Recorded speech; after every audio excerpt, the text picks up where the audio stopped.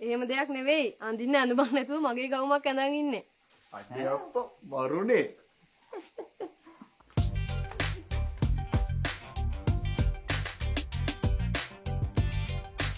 උඹලට මම මෙහෙමනේ බලා ගන්න ඕනේ නේ. බලාගනින්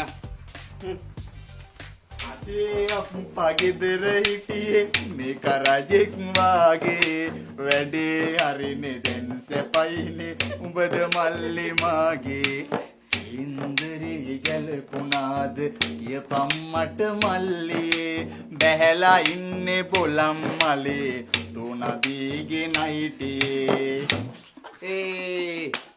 නයිටියක් නෙවෙයිනේ බම් මේක ගවුමක්නේ. යකෝ නයිටි කියලා දැම්මේ යකෝ ගවුම කියලා දැම්මන් පස්සේ එලිසමයා ගැලපෙන්නේ නැති නිසා. බලන්නකෝ අයියේ. ඔබගේ ඇඳුම් ටික යකෝ ගෙදරින් පන්න ගත්තේ බොහොම අමාරුවෙන් අපි. දැන් මුන්ට මේ තියෙන ප්‍රශ්නේ මේක නයිටියද ගවුමද කියන. තියෙන කේන්තිය මුයකෝ අපිට කියලා මිනිවලවලු තෑරුවන්. උඹට හිතෙන්නේ නැද්ද